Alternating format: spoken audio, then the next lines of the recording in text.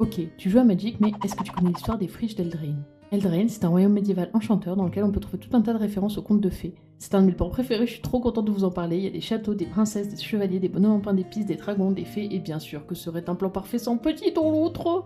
Les friches d'Eldraine, ça se passe juste après l'invasion phyrexiane. Si tu sais pas ce que c'est l'invasion phyrexiane, tu peux aller voir mes autres vidéos sur ma chaîne.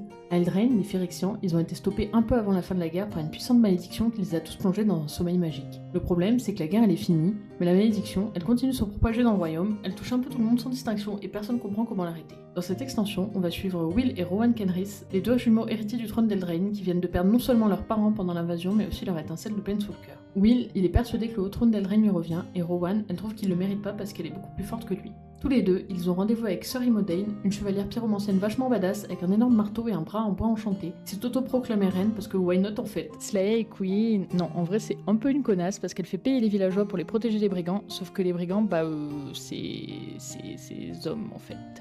Voilà. Will la provoque en duel, mais Rowan, son fils d'insta, il est rempli de vidéos mascu et elle est persuadée que son frère c'est un mal sigma incapable de se battre. Du coup, pour ne pas qu'il se fasse annihiler, elle interrompt le combat en scindant une montagne en deux d'un seul éclair. Non mais à quel moment il y a une discussion pour savoir qui c'est qui va gouverner en fait. Bref, ils se chient tous dessus, Imodain elle s'enfuit, Will il lui fait la gueule parce qu'il est blessé dans sa masculinité, et Rowan elle part à la recherche d'un moyen d'interrompre la malédiction. Pendant ce temps, chez les gueux, on rencontre Kellan, un ado de 16 ans qui se fait bolosser par tout son village parce qu'il est mi-humain, mi-fée. Sa maman, elle veut pas lui dire qui est son père, sûrement parce qu'elle l'a rencontré dans un club échangiste interespèce au fond des bois. Du coup, Kellan il se pose plein de questions sur lui et sur son identité. Mais pourquoi suis-je si fabuleux? Un jour, Kellan se promène dans la forêt avec son magnifique toutou Maléfice. Ok, il a aucun rôle dans l'histoire, mais il s'appelle Maléfice et regardez-moi ce gentil toutou d'amour. Et il y a un portail qui apparaît pour l'emmener au royaume des fées. Il monte un escalier et il arrive devant Tarelion, seigneur bienveillant, premier et plus grand des Hauts-Faé, souverain de la cour, maître du rire, découvreur du premier riff et seul et véritable seigneur d'Eldraine. Ok, alors même Aragorn, fils d'Aratan, il se la pète pas autant avec ses titres, alors redescends un peu s'il te plaît. Tarelion, il l'a convoqué juste pour lui dire « Je suis ton père, Kellan ».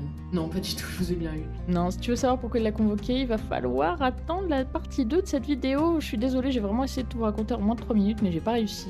C'est que la troisième vidéo et mon concept tombent déjà à l'eau. Voilà, en tout cas, n'hésite pas à liker la vidéo si elle t'a plu, et si tu veux être sûr de ne pas rater la partie 2 avec la suite et fin de l'histoire des friches d'Eldraine, abonne-toi.